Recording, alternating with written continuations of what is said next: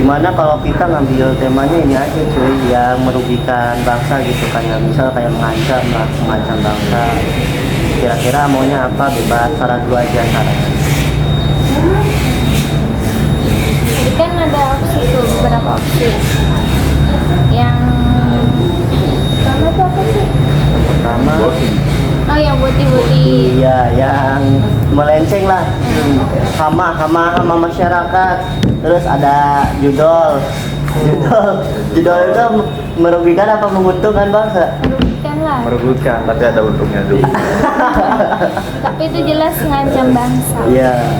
Terus ada penyebaran hoax dan misinformasi ataupun globalisme ekstrim self-loathing. Tapi Nabil di sini ngasih saran aja yang lebih gampang gitu, menarik juga tentang bangsa yang dikenal sebagai bangsa yang apa ya, toksik istilahnya ya, itu bahasa toksik atau erosi etika bahasa. Gimana? Menarik, Teman-teman mau apa? Itu bagus. Menarik. Soalnya kan bahasa tuh udah ini banget ya, maksudnya gampang lah gitu tuh buat diangkat di bahan Iya. diskusi kita tuh. Juga kan bahasa kan sebagai identitas bangsa juga. Apalagi kan orang banyak merasa kalau misalkan toksik itu keren gitu ya. Iya. Ya kan? Padahal itu suatu hal yang mengancam bangsa. Tapi keren juga. Iya sih. Iya sih. Emang. Bagi yang melakukan Ya udah, itu aja kita guys. Kita berarti pertama kita cari latar belakang kenapa sih orang-orang itu merasa keren ketika berbahasa toksik. Terus kenapa toksik ya, terus kenapa sih etika berbicara tuh di Indonesia tuh sangat kurang gitu. Apalagi kan sebenarnya kan kalau misalkan kita review kan, orang Indonesia tuh sebenarnya kan ramah secara asli gitu, ramah, sering menyapa gitu berbanding dengan bangsa yang lain. Tetapi kalau misalkan kita lihat di jejak digital kita ini kan banyak sekali orang-orang yang mengumpat, buzzer lah segala macam.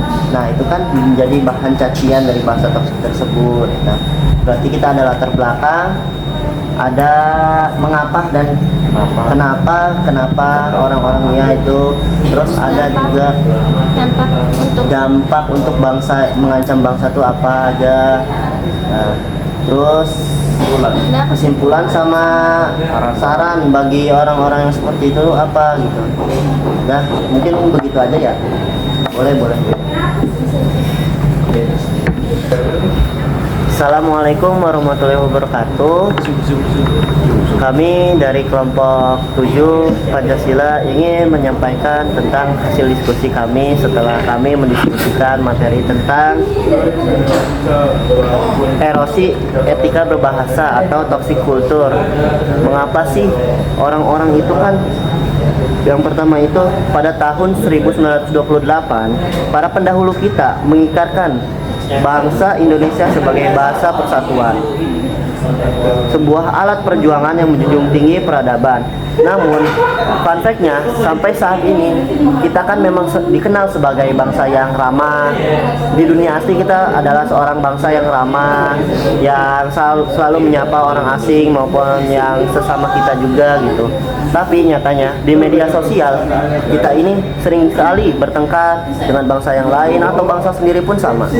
Apalagi diingat bahwa kita menyaksikan sebuah ironi, identitas bangsa kita dikenal sebagai toxic culture, yang tidak adanya etika saat berbahasa di ruang digital.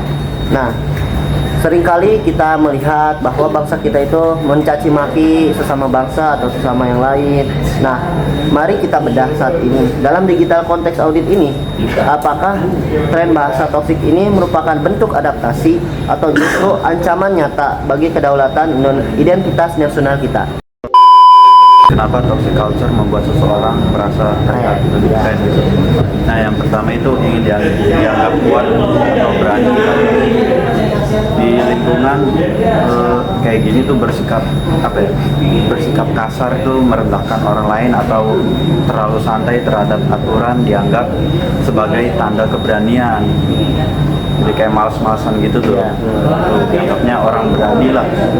Orang melakukan hal itu kadang dipandang lebih berani sehingga mereka merasa terlihat keren. Nah, yang kedua itu mencari pengakuan dari teman, biar diakuin sama teman dia pemberani. Lalu yang ketiga, ini tuh tentang tekanan lingkungannya. Jika seseorang berada di lingkungan yang sudah terbiasa dengan toxic culture, lama-kelamaan perilakunya itu dianggap normal lah, jadi kebiasaan. Akhirnya orang menganggap sikap toksik menjadi hal biasa, bahkan sesuatu yang membuat seseorang terlihat lebih hebat. Nah, terus untuk yang temuan yang kedua, bagaimana kalau negara ini berubah menjadi negara yang berbahasa toxic? Ya, toxic people. Toxic people. Yang pertama, menurunnya kualitas komunikasi. Bahasa yang toksik biasanya berisi hinaan, ejekan, atau kata-kata kasar. Kalau hal ini menjadi kebiasaan, maka komunikasi antar masyarakat menjadi tidak sehat. Orang lebih mudah tersinggung, terus lebih mudah marah, dan konflik itu jadi lebih mudah terjadi lah. Terus yang kedua, normalisasi perilaku negatif. Ketika bahasa toksik dianggap biasa atau bahkan dianggap keren oleh generasi muda yang sekarang, bisa dianggap menghina atau merendahkan, itu dianggap sebagai hal yang wajar gitu. Terus yang ketiga, meningkatnya konflik sosial. Bahasa yang kasar dan penuh kebencian bisa membesar perpecahan dalam masyarakat, baik di dunia nyata maupun di media sosial. Terus yang keempat, citra bangsa menjadi buruk. Jika suatu bangsa dikenal luas sebagai bangsa yang sering menggunakan bahasa toksik, maka citra bangsa di mata dunia bisa menjadi negatif.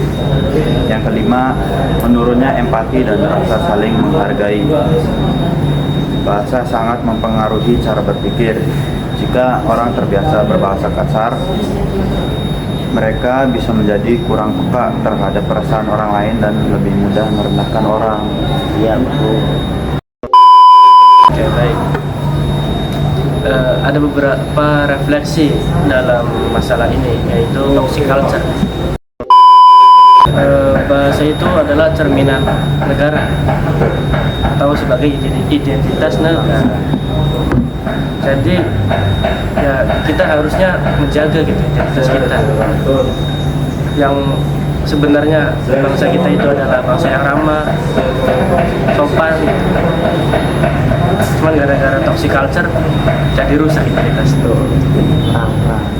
Terus yang kedua itu menjaga harmonisasi dan meminimalisir konflik gitu. Kita sebisa mungkin harus jangan sering bikin konflik kan, intinya gitu. Jangan ribut. Iya. Terus toxic culture ini sangatlah berbahaya bagi bangsa atau negara, karena sebab toxic culture itu bangsa kita bisa menjadi cemar, baik dari namanya, lingkungannya, atau tradisi-tradisi lainnya.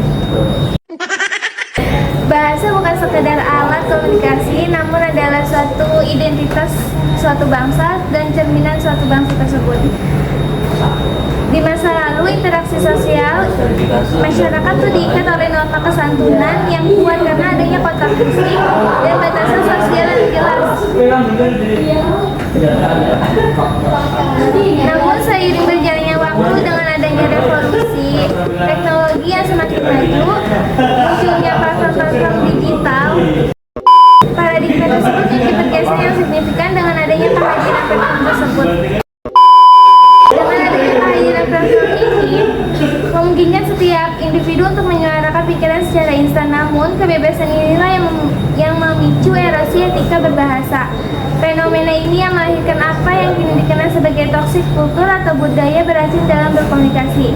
Pola komunikasi yang penuh dengan ujaran kebencian, perundungan siber, hingga penggunaan kata-kata kasar yang sangat lumrah. Erosi etika ini membawa ancaman serius bagi karakter bangsa dan ketahanan budaya bangsa. Ketika bahasa yang kasar dan provokatif menjadi tren yang dinormalisasi, standar kesantunan masyarakat akan menurun dan hal ini juga memicu konflik di ruang publik